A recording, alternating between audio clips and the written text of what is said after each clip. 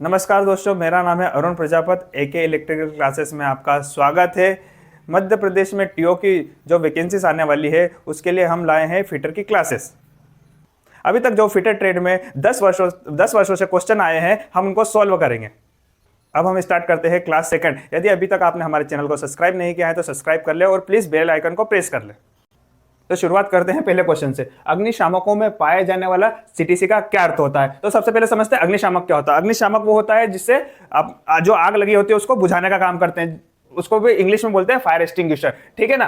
तो अग्निशामकों में पाए जाने वाला सीटीसी का क्या अर्थ होता है? सीटीसी का क्या अर्थ होता है? तो सबसे पहला है कार्बन टेट्राक्लोराइड, सेकंड है क्रोमियम ट्राइक्लोराइड, तीसरा है क्लोराइड टेट्रा कैल्शियम और चौथा है कैल्शियम टेलुरियम क्लोरीन। तो इसका सही आंसर है कार्बन टेट्राक्लोराइड, जिसको शॉर्ट फॉर्म में सीटीसी। ये देखो आपको दिख रहा होगा सीटीसी लिखा है, इसके पीछे इसीलिए सीटीसी लिखा है। और इसका ये किससे मिलकर बनाता है? एक कार्बन का अणु होता है, उसके आसपास 4 क्लोरीन के अणु जुड़े होते हैं। तो इसका फॉर्मूला क्या आता है? CCl4। इसी को क्या कहते हैं? Carbon tetrachloride. हमारा नेक्स्ट क्वेश्चन है, कारखाने में बिजली से लगी आग के लिए प्रयोग करते हैं। तो बिजली से लगने वाली आग के लिए कौन सा यूज करेंगे? पानी, मिट्टी, सीटीसी या सभी? इलेक्ट्रिसिटी में आग लगी है तो पानी का यूज नहीं कर सकते, क्योंकि जो पानी है वो विद्युत का सुचालक होता है। मिट्टी, अब यदि कारखाने में आग लगी होगी तो अपन मिट्टी कहां से लाएंगे? नहीं ला सकते। सीटीसी जो अभी आपको समझाया था CCl4, जिसका फॉर्मूला होता है कैल्शियम टेट्राक्लोराइड, उसका यूज करेंगे हम। कारखाने में जो बिजली से आग लगती है उसमें हमेशा अपन सीटीसी का ही यूज करेंगे। ठीक है ना। तो इसका सही आंसर है सीटीसी। नेक्स्ट क्वेश्चन है सीटीसी फायर एक्सटिंग्विशर में सीटीसी का पूर्ण रूप क्या है? सबसे पहला आंसर है अपना copper tetrachloride, carbon tin chloride, carbon tetrachloride, carbon tetrachlorine. ठीक है ना। तो अभी अपने इसके पहले वाले क्वेश्चन में पढ़ा था, इसका क्या होता है? कार्बन टेट्राक्लोराइड इसका सही आंसर है। और इसका फार्मूला भी क्या होता है? CCl4। ठीक है। और ये क्वेश्चन किसमें पूछा गया था? NMRC 15/2019 में पूछा गया है। नेक्स्ट क्वेश्चन, क्लास डी आग बुझाने के यंत्र सामान्यतः एक रसायन प्रयोगशाला में पाए जाते हैं। यह वह आग है जिसे दहनशील धातु हैं जैसे मैग्नीशियम, टाइटेनियम, पोटेशियम और सोडियम शामिल है। क्लास डी आग बुझाने के लिए ज्यामिति प्रतीक क्या है? ठीक है ना। तो क्लास डी आग बुझाने में क्लास डी किस प्रकार की आग है आपको यह समझना होगा। सबसे पहले क्लास डी के लिए होता है जो धातुओं में आग लगी होती है उनको क्लास डी के अंतर्गत रखा गया है। तो इसमें क्वेश्चन पूछा गया है कि क्लास डी आग बुझाने के लिए कौन सी ज्यामिति का प्रयोग किया गया है, मतलब कौन सी ज्यामिति होगी जो डी प्रकार की आग को मतलब डिफाइन करेगी। ठीक है ना। तो उसके लिए सबसे पहला है पीला सितारा, दूसरा है लाल वर्ग, तीसरा है हरा त्रिभुज या नीला वृत्त। ठीक है ना। अपने पास 4 प्रकार की आग होती है, class A, class B, class C और क्लास डी। तो चारों को डिफाइन करने के लिए एक ज्यामिति प्रतीक दिया गया है जो कि अलग अलग क्लास को डिफाइन करता है। तो सबसे ये जो क्लास डी है उसके लिए कौन सा है? उसके लिए है अपना सही आंसर पीला सितारा, जो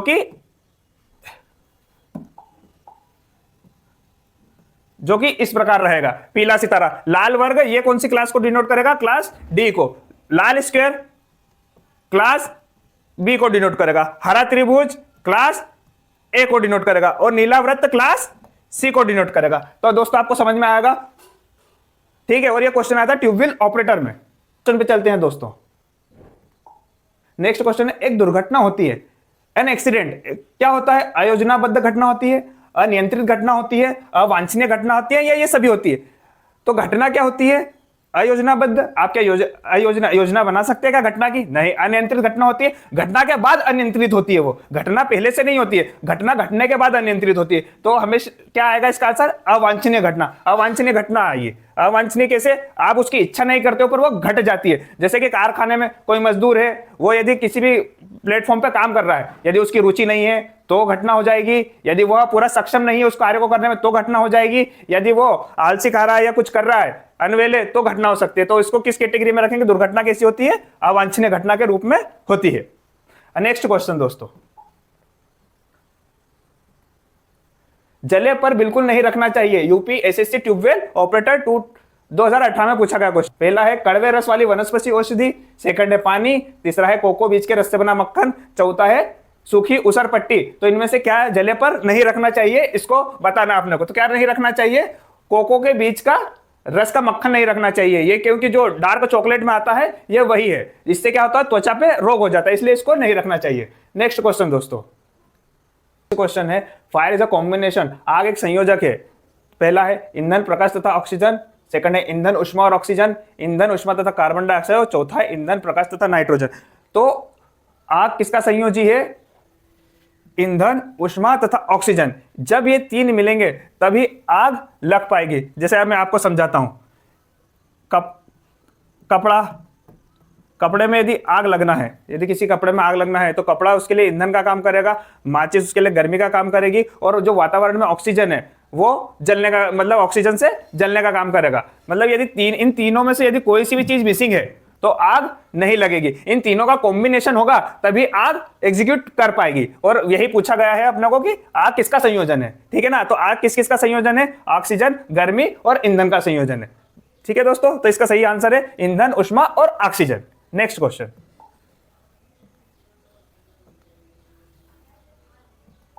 नेक्स्ट क्वेश्चन है, आग की श्रेणी कौन सी है जिसमें ईंधन गैस या द्रवित गैस है? इसरो टेक्निकल बी टर्नर में पूछा गया, 2010 का क्वेश्चन है। तो क्लास ईंधन गैस और द्रवित गैस कौन सी श्रेणी का है? ये देखा, ये इसमें आपकी द्रवित गैस भरी होती है, जो एलपीजी होती है, लिक्विड पेट्रोलियम गैस होती है, ये देखिए, ठीक है ना। तो इसी के बारे में पूछ रहा है वो कि द्रवित गैस को कौन सी श्रेणी में रखा गया है। तो द्रवित गैस को कौन सी श्रेणी में रखा गया है? हमारी सी प्रकार की क्लास में रखा गया है। ठीक है, नेक्स्ट क्वेश्चन दोस्तों, नेक्स्ट क्वेश्चन दोस्तों, आर्गन सिलेंडर का रंग क्या होता है? आर्गन सिलेंडर एक गैस का प्रकार है, हर एक गैस को अलग अलग कलर के सिलेंडरों में भरा जाता है, ठीक है ना। तो इसमें पूछा गया है कि आर्गन सिलेंडर का रंग क्या है। ये यूरोपियन कंट्री जो है उसने डिनोट करा RAL के थ्रू। तो उसमें क्या रहता है कि हर एक गैस को अलग कलर के सिलेंडर में भरा जाता है। तो डार्क, ये देखो आपको दिख रहा होगा कि यहां पर आर्गन सिलेंडर है, इसको कौन से रंग के सिलेंडर में भरा गया है? डार्क ग्रीन शोल्डर में, ठीक है ना। अब सेकंड है अपना येलो शोल्डर। येलो शोल्डर में कौन से को भरते हैं? क्लोरीन गैस को येलो वाले में भरते हैं। तो तीसरा है ग्रे में किसको भरते हैं? कार्बन डाइऑक्साइड को भरते हैं। और थर्ड है मेहरून में किस गैस को भरते हैं? एसिटिलीन, जो कि गैस वेल्डिंग में काम आती है, एसिटिलीन गैस को, ठीक है ना दोस्तों। तो इसका सही आंसर है डार्क। आपसे कोई सा भी क्वेश्चन पूछे तो क्लोरीन गैस के लिए येलो सिलेंडर आएगा, ग्रे सिलेंडर के लिए कार्बन डाइऑक्साइड गैस आएगा, और मेहरून सिलेंडर रहेगा तो एसिटिलीन गैस आएगा। ठीक है, नेक्स्ट क्वेश्चन दोस्तों, अग्निशमन उपकरण के लिए प्रयुक्त संकेतों पर किन रंगों का उपयोग किया जाता है? ठीक है, अग्निशमक जो अपना फायर एक्सटिंग्विशर होता है उसके संकेतों को किस रंग में प्रयोग किया जाता है? तो सबसे पहला है काले रंग के पृष्ठभूमि पर सफेद रंग का चित्र। आप समझ रहे हो ये क्वेश्चन को? ये क्वेश्चन इस प्रकार से देखिए आप, मतलब ये पूछ रहा है कि आपका फायर एक्सटिंग्विशर है, उस पर कौन सा कलर है पूरे पर, और उस पर किस कलर से लिखा हुआ है, ये पूछ रहा है वो। तो आपने को आंसर देखना है पहले। काले रंग की पृष्ठभूमि मतलब पूरा काला है वो, उस पर सफेद रंग से लिखा गया है। सेकंड है लाल रंग का पूरा है और उस पर सफेद रंग से लिखा गया है। तीसरा हरे रंग की पृष्ठभूमि है, सफेद रंग से लिखा गया है, या पीले रंग का है और सफेद रंग से लिखा गया है। तो इसमें अपना सही आंसर है लाल रंग के पृष्ठभूमि पर। आपको वीडियो पसंद आया है तो वीडियो को लाइक करें और चैनल को सब्सक्राइब करें। अब मिलते हैं नेक्स्ट क्लास में।